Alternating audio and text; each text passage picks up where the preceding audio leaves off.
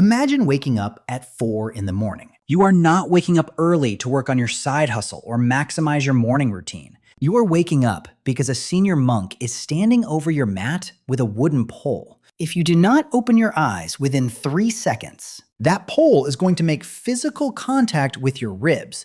It is basically like living with an alarm clock that has absolute legal immunity. The room is freezing because ancient monasteries do not have central heating. You are sleeping on a thin mat on a stone floor next to 30 other bald guys who are all questioning their life choices. Your first task of the day is not to drink an iced latte or check your phone. Your first task is to walk down a steep mountain trail carrying 2 massive wooden buckets. You have to fill those buckets with river water and carry them back up the mountain. If you spill a single drop, the senior monk makes you go back down and do it again. It is like paying $60 a month for a gym membership, except the gym is a literal mountain and the personal trainer might actually hit you. By the time the sun finally comes up, your legs feel like wet noodles. But your day has not even started yet. Now it is time for morning meditation. You have to sit perfectly still on a stone floor for 2 hours straight. If your mind wanders or you start to doze off, a monk walks behind you and smacks your shoulders with a wooden stick. They call this the encouragement stick. It turns out ancient Buddhist encouragement feels exactly like a minor assault charge. The silence in the hall is absolute, except for the sound of 30 stomachs growling simultaneously. You are starving because your last meal was a small bowl of watery rice porridge 12 hours ago. You try to focus on achieving inner peace and enlightenment. Instead, you just keep visualizing a massive plate of fried dumplings. But you have to clear those thoughts because desire is the root of all suffering. Either that, or the senior monk with the stick is the root of all suffering. Scientists are still debating that one. After the meditation ends, you finally get your reward. The reward is a small bowl of unseasoned cabbage and a piece of steamed bread. There is no salt, no hot sauce, and absolutely no flavor. The diet is strictly vegetarian because hurting animals is a cosmic sin. Apparently, hurting your own taste buds is completely fine. You chew the cabbage slowly to make it feel like a real meal. It tastes like sad water. But you need every single calorie, because next comes the part where you try to break physics. You walk out into the courtyard for martial arts training. This is where the legendary Shaolin conditioning begins.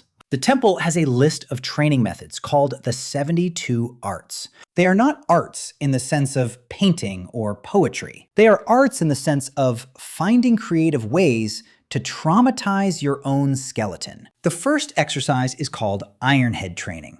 You start by wrapping your head in a silk scarf. Then you stand in front of a stone wall and repeatedly smash your forehead against it. You do this 100 times a day. Every week, you remove 1 layer of silk. Eventually, you are just slamming your bare skull directly into solid rock. The goal is to make your skull so hard that a wooden club will shatter when it hits your head. The actual result is that you spend most of your 20s wondering where you left your sandals. If you survive the head smashing, you move on to diamond finger training. You stand in front of a mature pine tree and repeatedly poke the bark with your index finger.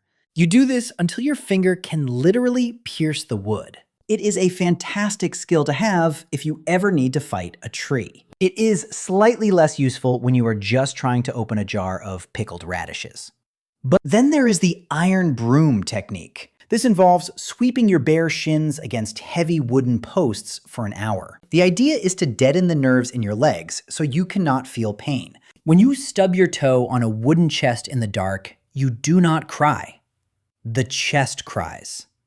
You look around the courtyard and see your fellow monks doing incredible things. One guy is doing a 2-finger handstand on a stone ledger.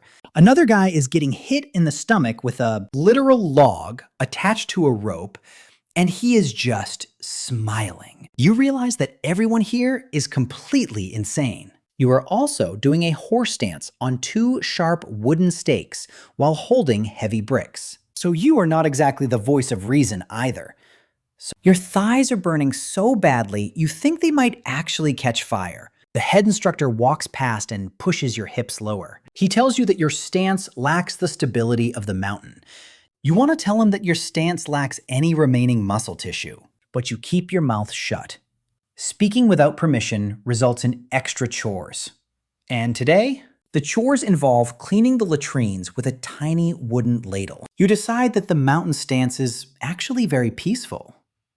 The afternoon brings a brief break from getting beaten with sticks. Now you have to study the ancient scriptures. You sit in a library filled with thousands of scrolls written in old characters. You have to memorize long passages about the nature of reality and the illusion of the material world. The narrator can barely remember his password for Netflix, so this part sounds truly impossible. You stare at the characters until your eyes blur. A senior monk asks you to explain the meaning of emptiness. You tell him that emptiness is the current state of your stomach.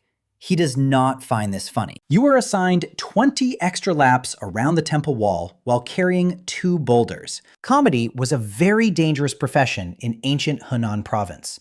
But the history of Shaolin is not just about peace and quiet libraries. The temple was located in a very dangerous neighborhood. Ancient China was constantly falling apart, putting itself back together and then falling apart again. Warlords and bandits were always roaming the countryside, looking for things to steal. Because the monks were incredibly good at fighting, the government eventually noticed them. In the year 621, a major civil war was tearing the country apart. A powerful general named Li Shimin was fighting a rival warlord for control of the region. Li Shimin was the future emperor of the Tang dynasty, but at the moment, he was losing. His army was trapped, his supplies were low, and things were looking very grim. So he did what any desperate leader would do. He called a bunch of bald guys in orange robes who lived on a mountain. 13 Shaolin monks arrived at the battlefield. They did not bring shields, heavy armor, or standard military weapons. They brought iron staffs and a complete lack of fear. They infiltrated the enemy camp under the cover of darkness. They moved like shadows because they spent their entire lives jumping over temple walls for fun. They captured the rival warlord's nephew and threw the entire enemy army into absolute chaos. It was basically the ancient equivalent of sending a small team of Navy SEALs into a crowded office party. Because of those 13 monks, Li Shimin won the battle and eventually became the emperor of China. He was incredibly grateful to the temple. He gave them land money and a very special privilege. He signed a decree that allowed the Shaolin monks to eat meat and drink alcohol. Buddhist monks are traditionally supposed to be strictly vegan, but the emperor basically said that if you save the empire with a metal pole, you earn a permanent cheat day. Imagine doing a group project so well that the federal government legalizes buffalo wings just for your squad. This created a very unique dynamic within the temple. You had the regular spiritual monks who stuck to the cabbage and meditation. And then you had the warrior monks who were allowed to have a roast duck and a jug of rice wine after a long day of military service. The spiritual monks looked at the warrior monks with a mix of holy judgment and intense jealousy. It was like a corporate accounting department watching the sales team come back from a lavish lunch paid for by the company credit card. But the royal favors came with a catch. Once the government knows you are good at fighting, they never stop calling you. Fast forward a few centuries to the Ming Dynasty. The year is 1553.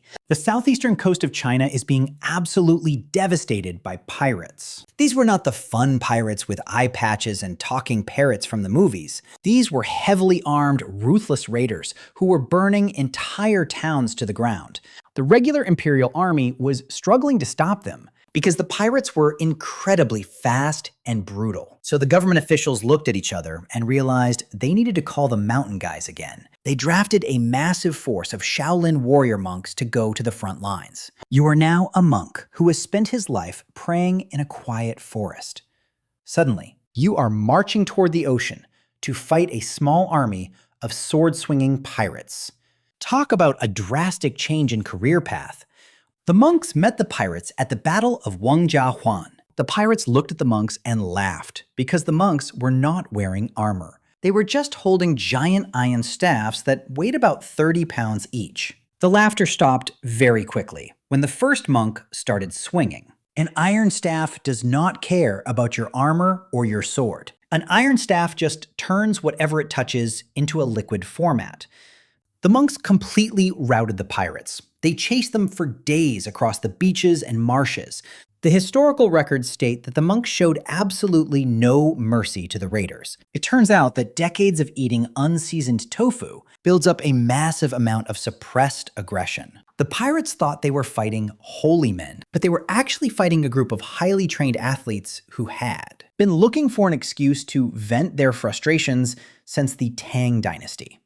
One specific monk named Tian Yuan led a charge across a river while spinning his staff so fast, literally deflected incoming arrows. That sounds like an anime scene, but it is written down in actual historical military reports. The monks saved the coastal provinces from destruction. But when the campaign was over, they did not ask for medals or political power. They just picked up their iron poles and walked back up their mountain. Equals. They went right back to the freezing rooms, the 4 a.m. wake-up calls, and the sad cabbage. Because at the end of the day, a true monk does not care about fame. He just wants to make sure he does not get hit with the encouragement stick tomorrow morning. Living this life changes how you look at the modern world. Today, people get stressed out if their food delivery takes longer than 25 minutes. An ancient monk spent 3 years just learning how to stand on one leg without crying. We go to the gym to take mirror selfies in expensive matching outfits. They went to the gym to make sure their skulls could withstand a direct impact from a blunt instrument. We complain about our bad Wi-Fi connection. They complained about the fact that their monastery kept getting burned down by angry warlords. And it did get burned down multiple times throughout history. The most famous destruction happened in 1928, when a warlord named Shi Yo-san set fire to the temple. The fire burned for over 40 days, destroying priceless scrolls, ancient manuals, and centuries of history. It was a devastating blow to the culture, but you cannot destroy the spirit of the place by burning the wood. The remaining monks just brushed the ash off their robes, picked up their water buckets, and started over. They rebuilt the temple piece by piece because that is what a monk does. Resilience is not something you find in a self-help book. Resilience is something you build when you spend your youth punching trees and eating sad vegetables. Today, the Shaolin Temple looks a little different. It is a global tourist destination with a massive gift shop and an online store.